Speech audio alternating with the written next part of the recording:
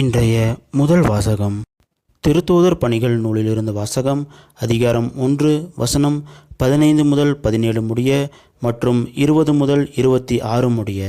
அப்போது ஒரு நாள் ஏறக்குறைய 120 சகோதர சகோதரிகள் ஒரே இடத்தில் கூடியிருக்கும்போது பேதுரு அவர்கள் நடுவே எழுந்து நின்று கூறியது, அன்பர்களே, இயேசுவை கைது செய்தவர்களுக்கு வழிகாட்டிய யூதாசை குறித்து தூய ஆவியார் தாவீதின் வழியாக முன்னுரைத்த மறைநூல் வாக்கு நிறைவேற வேண்டியிருந்தது.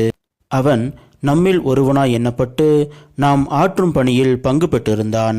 திருப்பாடல்கள் நூலில் அவன் வீடு பாழாவதாக, அதில் எவரும் குடிபுகாதிருப்பதாக என்றும் அவனது பதவியை வேறொருவர் எடுத்துக்கொள்ளட்டும் என்றும் எழுதப்பட்டுள்ளது. ஆகையால் ஆண்டவர் இயேசுவின் உயிர்த்தெழுதலுக்கு சாட்சியாய் விளங்க அவர் நம்மிடையே செயல்பட்ட காலத்தில் நம்மோடு இருந்த ஒருவரை சேர்த்து கொள்ள நாம் கூடி வர வேண்டிய தேவையாயிற்று. யோவான் திருமுழுக்கு கொடுத்து வந்த காலம் முதல் ஆண்டவர் இயேசு நம்மிடமிருந்து விண்ணேற்றம் அடைந்த நாள் வரை அவர் நம்மோடு இருந்திருக்க வேண்டும். அத்தகையோருள் இருவரை முன்னிறுத்தினார்கள். ஒருவர் யோசேப்பு என்னும் பெயர் கொண்ட பர்சபா, இவருக்கு யுஸ்து என்னும் பெயரும் உண்டு. மற்றவர் மத்தியா. பின்பு அவர்கள் அனைவரும், ஆண்டவரே, அனைவரின் உள்ளங்களையும் அறிபவரே, யூதாசு திருத்தொண்டையும் திருத்தூத பணியையும் விட்ட கன்று தனக்குரிய இடத்தை அடைந்துவிட்டான். அந்த யூதாசுக்கு பதிலாக யாரை தேர்ந்தெடுக்க வேண்டும் என இந்த இருவருள் ஒருவரை எங்களுக்கு காண்பியும் என்று இறைவனிடம் வேண்டிக் கொண்டனர். அதன்பின் அவர்கள் சீட்டு குலுக்கினார்கள். சீட்டு மத்தியா பெயருக்கு விழவே அவர் 11 திருத்தூதர்களோடும் சேர்த்து கொள்ளப்பட்டார். இது ஆண்டவர் வழங்கும் அருள்வாக்கு. இறைவா, உமக்கு நன்றி. இன்றைய நற்செய்தி. புனித யோவான் எழுதிய நற்செய்தியிலிருந்து வாசகம்.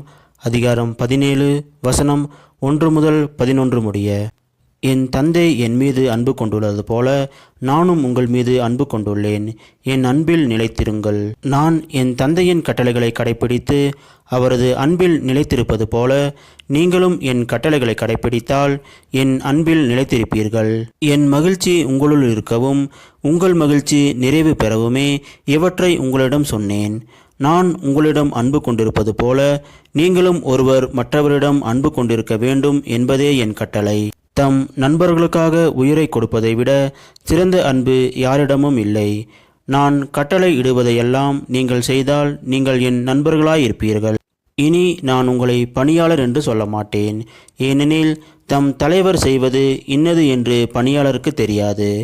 உங்களை நான் நண்பர்கள் என்றேன், ஏனெனில் என் தந்தையிடமிருந்து நான் கேட்டவை அனைத்தையும் உங்களுக்கு அறிவித்தேன். நீங்கள் என்னை தேர்ந்து கொள்ளவில்லை, நான் தான் உங்களை தேர்ந்து கொண்டேன். நீங்கள் கனி தரவும் நீங்கள் தரும் கனி நிலைத்திருக்கவும் உங்களை ஏற்படுத்தினேன். ஆகவே நீங்கள் என் பெயரால் தந்தையிடம் கேட்பவையெல்லாம் அவர் உங்களுக்கு கொடுப்பார். நீங்கள் ஒருவர் மற்றவரிடம் அன்பு கொள்ள வேண்டும் என்பதே என் கட்டளை.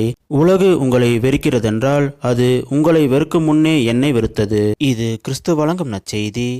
கிறிஸ்துவே உமக்கு புகழ்.